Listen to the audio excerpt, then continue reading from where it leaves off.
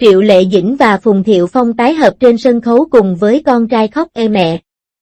Khi một đứa trẻ 3 tuổi khóc ê mẹ ê trên sân khấu, sự im lặng của Triệu Lệ Dĩnh, người đang cúi đầu nhìn điện thoại, và lời an ủi mẹ đang làm việc của Phùng Thiệu Phong tạo nên sự tương phản rõ rệt.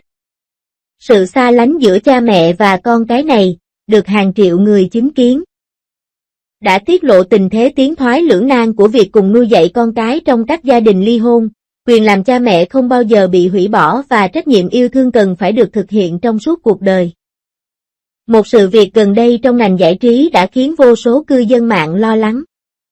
Trong một sự kiện công cộng có chủ đề cha mẹ và con cái, nam diễn viên Phùng Thiệu Phong đã đưa các con nhỏ lên sân khấu để giao lưu. Đây đáng lẽ phải là khoảnh khắc ấm áp giữa cha và con, nhưng bất ngờ đứa trẻ đột nhiên hét lớn ê mẹ ê với khán giả. Triệu Lệ Dĩnh ngồi ở hàng ghế đầu nhưng cô cúi đầu bấm điện thoại, không có phản ứng gì. Tập phim này kéo dài chưa đầy nửa phút nhưng đã gây nên một làn sóng phẫn nộ trên Internet. Sự việc xảy ra tại sự kiện ngày đồng hành của cha mẹ và con cái do một thương hiệu tổ chức. Theo như khán giả kể lại, Phùng Thiệu Phong đang chơi trò chơi với người dẫn chương trình thì đứa trẻ 3 tuổi đột nhiên thoát khỏi vòng tay của cha mình và đưa bàn tay nhỏ bé của mình về phía nào đó bên dưới sân khấu. Chiếc máy quay có độ phân giải cao đã ghi lại được vẻ mặt đờ đẫn của Phùng Thiệu Phong. Anh nhanh chóng ngồi xổm xuống, ôm đứa trẻ và thì thầm an ủi, mẹ đi làm rồi. Triệu Lệ Dĩnh ngồi ở hàng ghế thứ 3 không hề ngẩng đầu lên mà chỉ nhìn chằm chằm vào màn hình điện thoại cho đến khi nhân viên ra hiệu cho cô đứng dậy và rời đi. Sau khi video này được lan truyền trên các nền tảng mạng xã hội, có nhiều ý kiến trái chiều trong phần bình luận. Một số cảm thấy thương hại cho cảnh đứa trẻ khóc đòi mẹ, và đặt câu hỏi liệu cặp cha mẹ ly hôn này có hoàn thành trách nhiệm nuôi dạy đứa trẻ hay không. Một số người hâm mộ đã bảo vệ thần tượng của họ, tin rằng đây là một đoạn clip được chỉnh sửa có chủ đích và người ta không nên hiểu quá sâu về cuộc sống riêng tư của người nổi tiếng. Tuy nhiên, khán giả bình thường nhận thấy đây không phải là lần đầu tiên giới truyền thông bắt gặp Triệu Lệ Dĩnh tránh xuất hiện chung một khung hình với các con. Trên thực tế, cặp đôi màn ảnh nghe này đã luôn là tâm điểm chú ý từ khi kết hôn cho đến khi ly hôn. Khi họ bất ngờ tuyên bố kết hôn vào năm 2018, bộ phim truyền hình Minh Lan truyện mà họ hợp tác đã được phát sóng. Những tương tác ngọt ngào của họ trên và ngoài màn ảnh khiến khán giả phải thốt lên quá ngọt ngào. Tuy nhiên, lời hứa cùng nhau nuôi con, trong đơn ly hôn giờ đây dường như đang phải đối mặt với thử thách thực tế. Trong những gia đình bình thường, việc một cặp đôi cùng nhau nuôi dạy con cái sau khi ly hôn đã là một vấn đề khó khăn, và thậm chí còn phức tạp hơn đối với những người nổi tiếng. Một số nhà tâm lý học trẻ em đã phân tích rằng bản chất công việc của người nổi tiếng khiến họ khó có thể duy trì nhịp độ đồng hành ổn định. Lấy Triệu Lệ Dĩnh làm ví dụ. Sau khi ly hôn, cô vẫn duy trì cường độ làm việc cao với 3 bộ phim truyền hình và 2 chương trình tạp kỹ mỗi năm, và hầu hết những gì cô đăng trên mạng xã hội đều là về cuộc sống thường ngày của đoàn làm phim. Mặc dù Phùng Thiệu Phong đã giảm bớt việc đóng phim và truyền hình nhưng anh vẫn phải thường xuyên tham gia các hoạt động thương mại. Đội ngũ làm việc của cả hai bên đã tiết lộ với giới truyền thông rằng việc chăm sóc trẻ em hàng ngày chủ yếu dựa vào bảo mẫu và cả bố và mẹ. Đặc biệt trong ngành giải trí, khi tính đến các cặp đôi nổi tiếng đã ly hôn trong những năm gần đây, vấn đề cấp dưỡng nuôi con thường trở thành tâm điểm chú ý của dư luận. Ví dụ, một cặp đôi ca sĩ đã ly hôn cách đây 5 năm. 2 đứa con của họ chuyển ra nước ngoài cùng mẹ và người cha chỉ có thể theo dõi sự phát triển của chúng thông qua các cuộc gọi video, và sau khi cặp đôi đạo diễn nổi tiếng ly hôn, con gái của họ đã theo cha đến nhiều đoàn làm phim khác nhau và được giới truyền thông chụp ảnh khi đang làm bài tập về nhà trên phim trường. Những trường hợp này nhắc nhở chúng ta rằng khi hôn nhân tan vỡ, việc duy trì mối quan hệ cha mẹ, con cái lành mạnh sẽ trở thành vấn đề phức tạp hơn.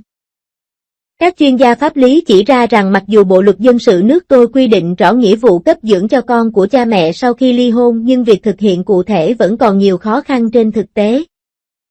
Đặc biệt đối với những nghề đặc biệt như nghệ sĩ biểu vùng miền, hệ thống quyền thăm viếng truyền thống rất khó thực hiện. Một số luật sư đề xuất tham khảo mô hình quyền nuôi con chung của các nước châu Âu và châu Mỹ, tức là cả cha và mẹ đều cần cùng nhau xây dựng kế hoạch nuôi dạy con chi tiết, bao gồm cả việc sắp xếp chỗ ở, quyết định về giáo dục, vân vân.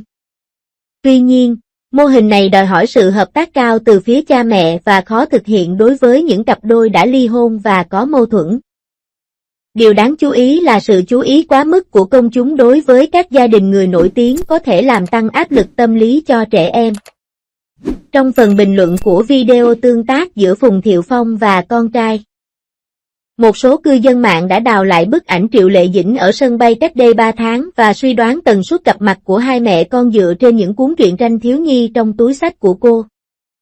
Kiểu quan sát Evimoe này vô hình tạo ra một môi trường phát triển trong suốt cho trẻ em. Việc cha mẹ ly hôn sẽ mang lại sự bất an cho trẻ em. Cộng thêm sự chú ý liên tục từ dư luận có thể gây ra chấn thương tâm lý kép. Trong các vụ ly hôn giữa những người bình thường, nhân viên cộng đồng và người thân thường có thể cung cấp hệ thống hỗ trợ tinh thần. Tuy nhiên, do vấn đề bảo vệ quyền riêng tư, gia đình người nổi tiếng khó có thể nhận được sự giúp đỡ tương tự. Một người đại diện đã xử lý nhiều vụ ly hôn của người nổi tiếng tiết lộ rằng họ thường khuyên khách hàng thuê một nhóm tư vấn tâm lý trẻ em chuyên nghiệp và kiểm soát chặt chẽ số lần trẻ em xuất hiện trước công chúng. Tuy nhiên, xét theo kết quả thực tế, những biện pháp này giống một công cụ quan hệ công chúng trong khủng hoảng hơn và không thể thay thế được sự đồng hành thực sự của cha mẹ. Nhìn lại sự việc trên sân khấu đã gây ra cuộc tranh luận gay gắt này, có lẽ vấn đề đáng thảo luận nhất không phải là việc cha mẹ của những người nổi tiếng có vô trách nhiệm hay không. Khăn trong việc nuôi dạy con cái của những gia đình ly hôn như thế nào. Trên nền tảng video ngắn, một bà mẹ đơn thân đã chia sẻ kinh nghiệm giao đồ ăn mang về cùng con và nhận được vô số lời động viên ấm áp. Cũng có những người cha ra thành phố làm việc và lau nước mắt trước ống kính máy quay, bày tỏ sự tội lỗi với những đứa con bị bỏ lại. Câu chuyện của những người bình thường này tạo nên sự tương phản tinh tế với câu chuyện của những gia đình người nổi tiếng. Phản ánh những khó khăn giống nhau mà các tầng lớp khác nhau phải đối mặt. Khi chúng ta chỉ trích những bậc cha mẹ nổi tiếng vì bỏ bê con cái, có lẽ chúng ta cũng nên nghĩ xem liệu hệ thống hỗ trợ nuôi dạy con cái trong xã hội hiện đại có hợp lý hay không. Ở các thành phố lớn, việc các gia đình có cả hai nguồn thu nhập phải nhờ người già hoặc bảo mẫu chăm sóc con cái đã trở thành chuẩn mực. Ở vùng nông thôn, trẻ em bị bỏ là một điều xa xỉ. Những vấn đề về cấu trúc này sẽ không biến mất vì hiệu ứng người nổi tiếng, nhưng sẽ bị phơi bày rõ ràng hơn dưới ánh đèn sân khấu. Một tuần sau vụ việc, giới truyền thông đã chụp được ảnh Triệu Lệ Dĩnh xuất hiện tại một sân chơi trẻ em cùng các con. Trong ảnh, cô đeo khẩu trang suốt thời gian chụp ảnh nhưng rất cẩn thận khi cúi xuống buộc dây giày cho con. Studio của Phùng Thiệu Phong sau đó đã công bố bức ảnh hai cha con đang chơi Lego, kèm theo chú thích dần dần học cách trở thành một người cha tốt.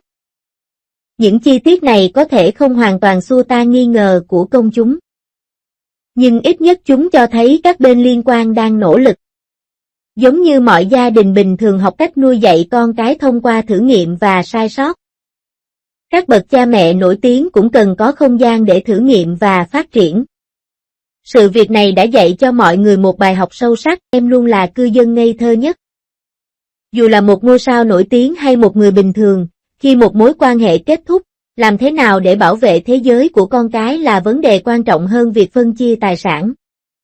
Suy cho cùng, danh tính làm cha mẹ sẽ không bị hủy bỏ theo giấy chứng nhận ly hôn, và trách nhiệm yêu thương cần phải được thực hiện trong suốt cuộc đời.